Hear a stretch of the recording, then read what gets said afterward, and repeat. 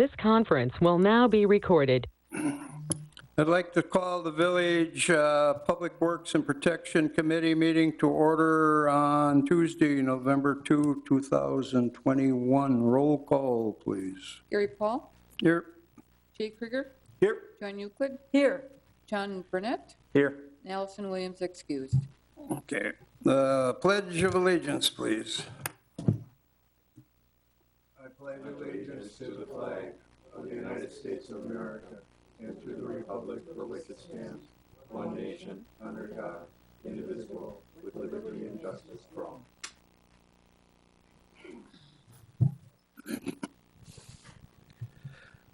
Need an action on the agenda. Motion to approve. Second. First and a second, all in favor, say aye. Aye. Opposed, motion carried. Item 5, action on minutes on September 7th, 2021. Move to approve. Second.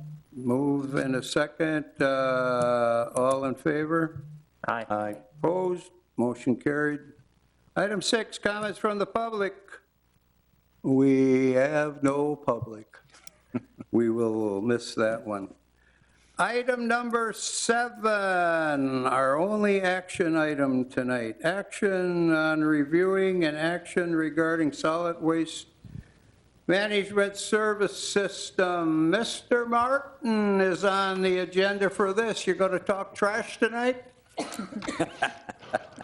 Are you ready? I'm ready. Thank you, everybody. What's before you tonight? Just a brief history.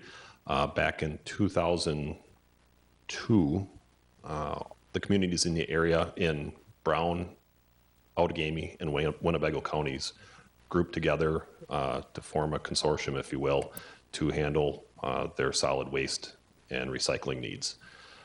They split cost of transfer station delivery to the landfill and landfill services for landfilling solid waste in the 3-county area. 10-year agreement the first go-around. The first landfill was in Winnebago County. The second landfill is along Highway 41, just outside Appleton, the Outagamie County landfill. You see it as you head down to the Fox River Mall. That one will be closing in the next couple of years. The third one will be opening in January of this year. The Brown County landfill south in the town of Holland, just southern Brown County. That'll be opening in 2022. I think a projected 12 to 15-year life on that one. 3 counties are splitting the cost on construction, operation, everything of the solid waste and landfilling facilities. Doug, can I interrupt? Is that Phil on the old stock farm? You remember on the south, or excuse me, northwest corner of that intersection? Have you ever been on the property? I've been out there. I can't remember though, right offhand, if it's the old stock farm or not. There are 2 farms nearby, and I'm forgetting the names of them right now. It's right off of, is it County IR? Is where it's located. Okay. And they've got about 80% of the landfill prepped and ready at this point to start receiving solid waste. Again, the Outagamie landfill, county landfill, still has about 2 years of life left on it.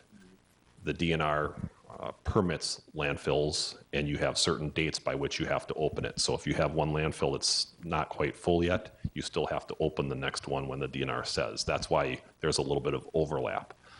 You don't ever want to be caught without a place to go, but at the same time, there will be points in time where you have 2 of them operational just because of the permitting with the DNR. That all said and done, over the past about year and a half, the area public works directors have been working with Brown County Port and Resource Recovery on the agreement. This is the same agreement template that we've had for the past years, but with the changes in tipping fees, everybody wanted to go through all of the facts and figures in it. It took about 6 months to get some of the, I want to say, final estimated cost for what the landfill was going to cost.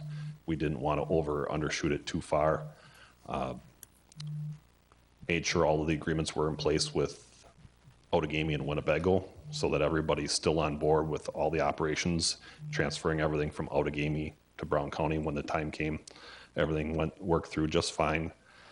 Corporation Counsel from Brown County, from City of De Pere, Green Bay, Alloway, Tony here at Ashwaubenon have reviewed the agreements just to make sure everything's correct from a legal perspective.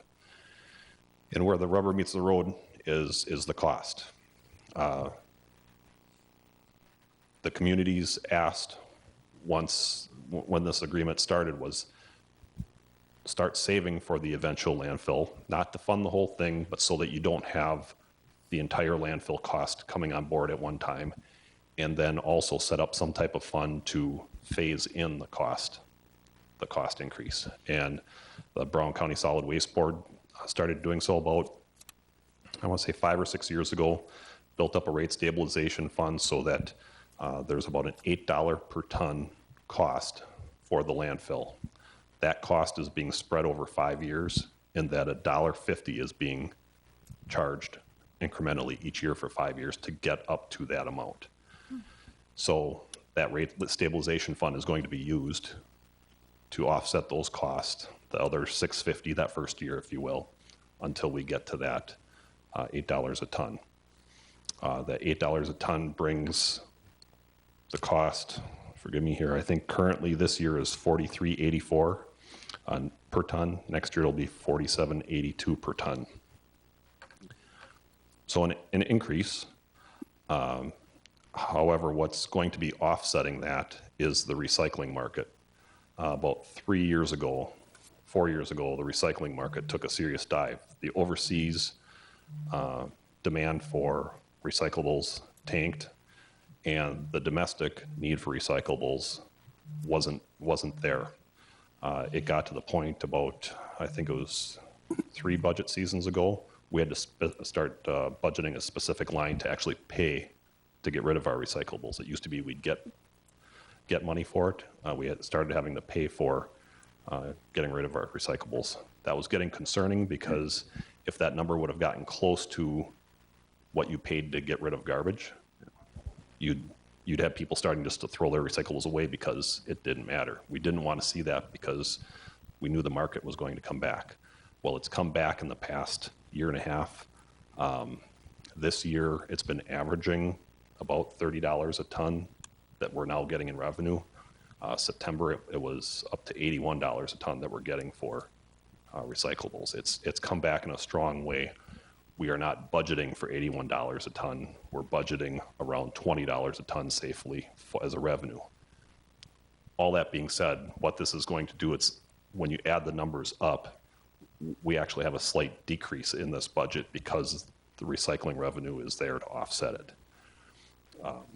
And it will be for probably 3 of the 5 years. We won't notice, a huge spike in this cost because of the recycling revenue that we're seeing. So, long story short, it's ended up working out pretty favorably.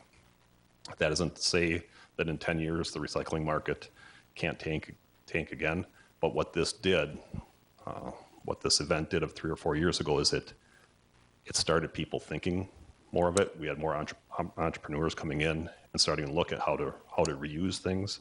In the Green Bay area in particular, all of our paper, cardboard, anything of that nature is in strong demand.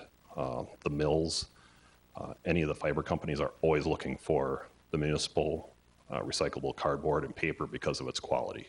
So those markets we have very good. The aluminum market is still very good. So we're fortunate in this area just because of the industry we have around here. That market has really taken off, has been strong. Put that all together, net impact to the village, pretty minimal, which is why we feel comfortable recommending to committee to recommend to village board approval of the solid waste agreement. With that, I'll take any questions that you have. Doug, I'm looking at second page of the request from the county with the existing rate going down to 2020, 2026. Are those the rates we're going to live with, or is the cost or the return we get in recycling going to offset those numbers? These are strictly the solid waste per ton amounts that we'd be paying, and the only ones that I would quite honestly pay attention to are 2021, of course, and 2022. These rates are reviewed each year, meaning that if cost of the final construction of the landfill comes in better, that rate for 2023 would go down. You know, there are still some estimated cost of construction in there, so if those come in under budget, about, like I said, about 80% of it is in, and there isn't anything that is showing any trending to going over. In fact, it's showing being slightly under, so those numbers will be revised and may come down. The variable in this is a little bit is the consumer price index. We know this year it went up. That can fluctuate. That could have impact on the rate. But the recycling market, the strong recycling market we have is offsetting most of, well, it is actually offsetting in excess of these rates. That's what we have to keep an eye on in the next few years. Okay, so then this will come back to us in another 2 years. This comes back each year. Each year? During budget time for us to review. If we see something that's concerning, we bring that up at budget time as part of our budget process so that we're aware of it going into the following year. All right, I wanted to make that noted that this is a item for the budget every year. Correct. That people understand so that they know how much our garbage is being, the cost of it is getting to. Correct. Where we're getting rid of it, so.